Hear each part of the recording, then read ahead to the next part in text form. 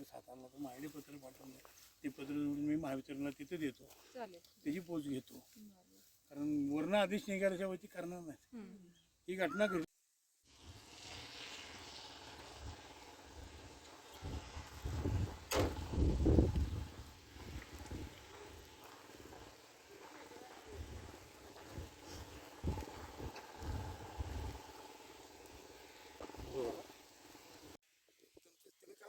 चालू द्या, तुम्ही काम करा तुम्ही.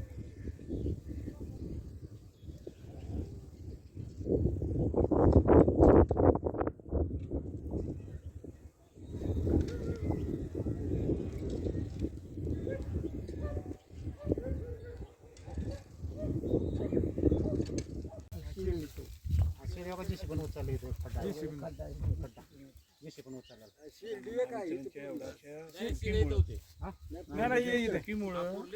अधिक जीव जेसी पण उचल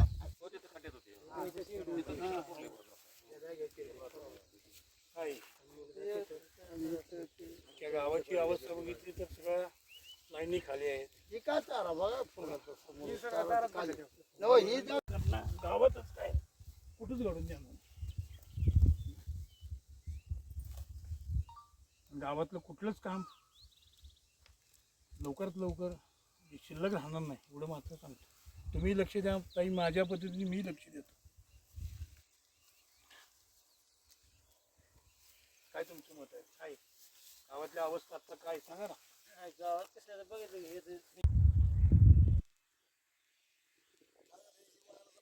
हे आहे.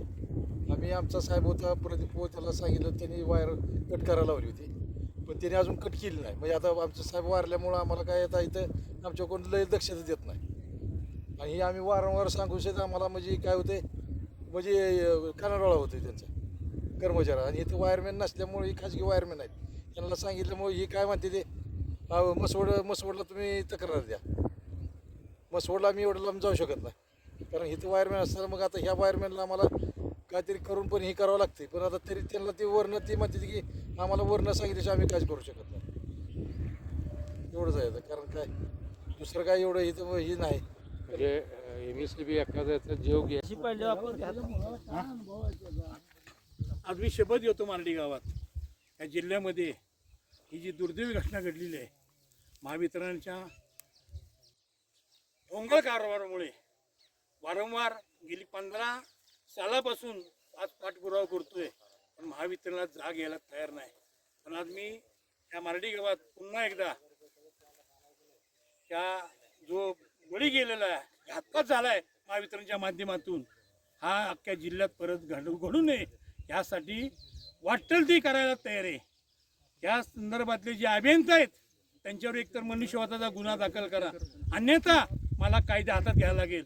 जे ऑफिस आहे या महावितरणच्या अभियंत्याचं वेळ पडली तर जाळायला लागलं तरी जाळीन, कायदा हातात घ्यावा लागलं तरी याची नोंद आता ह्या असणाऱ्या संबंधित महावितरणने घ्यावी, हीच माझी त्यांना विनंती, नम्र विनंती.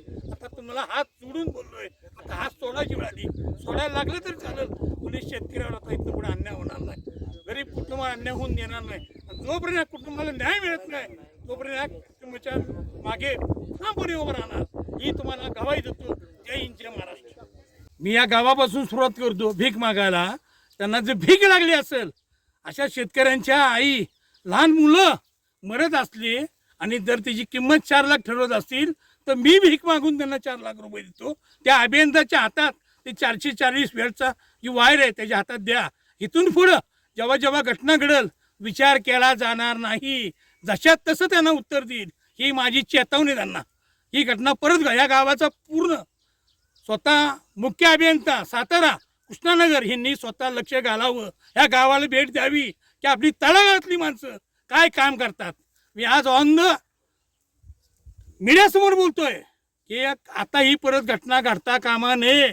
आज जगात शेतकरी कुटुंबातल्या मुलाची आई जाते आणि त्या शेतकऱ्याला सांगितलं जातं त्या मूर्तीचं मुलाच आहे आणि तुमच्या आईची 4 लाख रुपये देतो, मी 4 लाख रुपये भीक मागून त्यांना देतो. त्यांना भीक लागली असलं तर, पण हे बलिदान वाया घालून देणार नाही. इथून पुढे तुमची दादागिरी खपून घेणार नाही. जशात तसं गुन्हे किती दाखल करा माझ्यावर, माझी तयारी आहे इथनं पुढं. जय हिंद, जय महाराष्ट्र. एक मिनिट. युवराज विलास काळे. मी माझ्या आईला 20 लाख रुपये खर्च केला. माझा मुलगा आणि माझी आई इथे गेले. मला ते इलेक्ट्रिक बोर्डवाले आले होते घरी.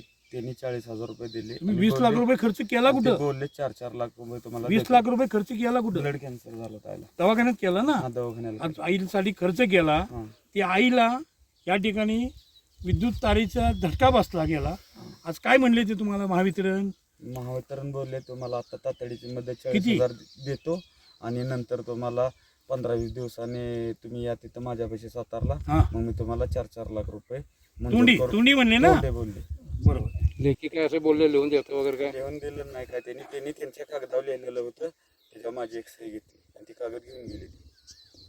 म्हणजे तुमच्या आईची तातडीची मरणाची मदत किंमत देऊन त्याची सही घेऊन माघारी गेली. 40,000 फक्त 40,000 तातडीची मदत जाते लेखी स्वरूप त्यांनी त्याच्यावर सही करून घेऊन गेले ते माघारी. आणि एका मुहूर्तात 4 लाख रुपये देतो असे ते बोलले. आपलं बाळ तडपडून मेलं, आई तडपडून मेल्या, एक जनावर माझे नाव सारिका दत्तात्रय जाधव. मी मारडी गावचे सरपंच प्रशासक म्हणून काम करत आहे.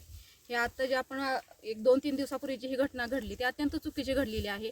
पूर्णपणे यामध्ये महावितरणच दोषी आहे. आणि हे फक्त याच ठिकाणी नाही तर संपूर्ण गावामध्ये हीच परिस्थिती आहे. मारडी गावाला म्हसवड सबस्टेशन, दहिवडी सबस्टेशन आणि शिंगणापूर सबस्टेशन अशा 3 ठिकाणावरून लाईट्स येतात. परंतु महावितरणाने आमच्या गावाला एकही वायरमॅन परमनंटली दिलेला नाही आहे. त्यामुळे कोणतेही काम संपूर्ण गावामध्ये व्यवस्थितरित्या होत नाही. आणि आता एका जनावरासहित 2 मनुष्यवधाचा गुन्ह्यासारखा प्रकार झालेला आहे. थोडक्यात हा घातपाताचाच विषय आहे माझ्या मते. तर हा असा प्रकार अजून किती बळी द्यायची आम्ही? ह्या मारडी गावाने आतापर्यंत अशी किती बळी द्यायची? आतापर्यंत 4 वर्षात 4 घटना घडलेल्या आहेत. तर हा प्रकार आम्ही सोसून घेणार नाही. आणि आता ज्या कुटुंबावर ही परिस्थिती ज्या परिस्थितीतून जे जातात त्यांना महावितरणाने 40,000 आणून दिले.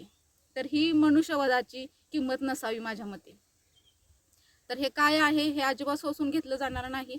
आणि ह्याचा आम्ही छडा लावल्याशिवाय आणि हितलं काम करून घेतल्याशिवाय शांत बसणार नाही. महावितरणाला 100% सहकार्य करावं लागेल, अन्यथा आमच्या संतापाला सामोरं जावं लागेल. मराठी आहे, मराठी आहे तिथंच आहे. एक शेतकऱ्याचं बोला तर तिथं जागेवर मी स्पॉटवर आलो. वायर तशी पडल्या. तुमच्या वायरमॅनला सांगितलं पण त्या वायरमॅनने 3 दिवस झालं ती व्यवस्था केलीच नाही. शेतकरी समोर आहे, शेतकऱ्याशी बोला. नमस्कार साहेब. खटकाळी बाग वस्ती आपलं खटकाळी नवीन तलावाच्या खाली वॉटर सप्लायच्या जवळ. मी नाही तिथल्या शेतकऱ्याला सांगितलं वाघमारेने रामजन मुलांनी 3 दिवस झालं सांगितलंय की अशी तार खाली राजू शिंदे यांना सांगितलं. ताबडतोब का पाठवा? कारण जातीन तुम्ही लक्ष घाला सर. माझी तुम्ही विनंती मागतो. ही जर दुर्घटना जर परत काय घडली तर काय बघण्यात काय अर्थ झालं की झालं साहेब? मला काय नाही, मी शेतकऱ्यांसाठी आलो साहेब. हा बोला साहेब. काय सांगायचं पत्ता त्यांना? खटकाळीत हा त्यांना सांगितलंय. शिंदेला माहित आहे का? हो माहिती आहे त्यांना. ठीक आहे, पाठवतो.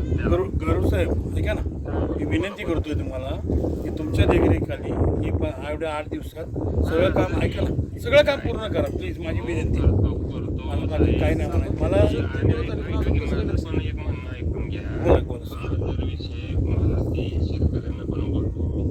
ते पत्रकार आले त्यांना जर विषय हा माझ्या कानावर आला असता तर एवढे दिवस झाले 15 दिवसाचा म्हणतो जर कानावर आला असता तर माझा लाईन म्हणून असतो माझ्या हाताखाली.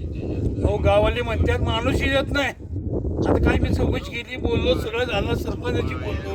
वायर म्हणून नाही लाईन म्हणून आमच्या आठवड्यातनं 2 दिवस तिथं असते. अहो, लक्ष घाला. आता मी म्हणतो जे झालं आता इथे 3 दिवस बाहेर पडल्या. त्यांचे जेव्हा कॉन्टॅक्ट झालं माझं तेव्हा मी सातारवरनं या गावाला भेट देऊन परत दुसऱ्या गावाला मग जीव जास्त वाट नाही बघा जीव आपल्याला. पाठवतो लगेच. प्लीज पाठवा, ताबडतोब पाठवा. आणि इथनं पुढं या भागात कुठलाही बळी जाता कामा नये कुठल्या शेतकऱ्याचा, एवढी कळकळीची विनंती माझी. हो साहेब. आणि तुमची माझी फक्त भेट होऊ नये परत, एवढी देवाला प्रार्थना करतो मी स्वतः. पण मी परत तुमच्याशी फोनवर बोलीन असं मला नाही वाटत सर. प्लीज एवढी विनंती. ठीक आहे, ओके साहेब. आला कधी सातारला तर या. येणार आहे आम्ही. आला की मला या फोनवर फोन करा. करतो, सेव्ह केलाय नंबर. ओके धन्यवाद. या आठवड्यात काय कामं शिल्लक ठेवून काय भागातली प्लीज. नाही काय शिल्लक ठेवत वरिष्ठांची मी उद्या बोलतोच आहे. सातारला गेल्यानंतर मुख्य अभियंत्याची गाडी घेतोय, 12% साहेबांची गाडी घेतोय. 12% साहेबांच्याकडे हा एरिया येत नाही. मान खटाव तालुक्याला वडूज डिव्हिजन आहे. मस्के साहेब काय मस्के साहेबांची गाडी घेतो, काय अडचण नाही. आणि हळमल साहेबांना भेटला तरी चालेल. नाही मला भेटावं लागणार ना, कारण त्यात एवढी मोठी घटना घडून सुद्धा जर मला सांगा मी तुमच्या प्रेशर का आणतोय का तुम्ही इथले अभियंता काय म्हणून. माझी एवढीच विनंती आहे कळकळीची की कुठल्याही शेतकऱ्याचा बळी नाक जाऊ नये. आता त्या आईसाठी 20 लाख रुपये खर्च त्या शेतकऱ्यांनी केले, आई जगावी म्हणून. पण एक दुर्दैव गोष्टीनं त्यांची आई दगावली हो.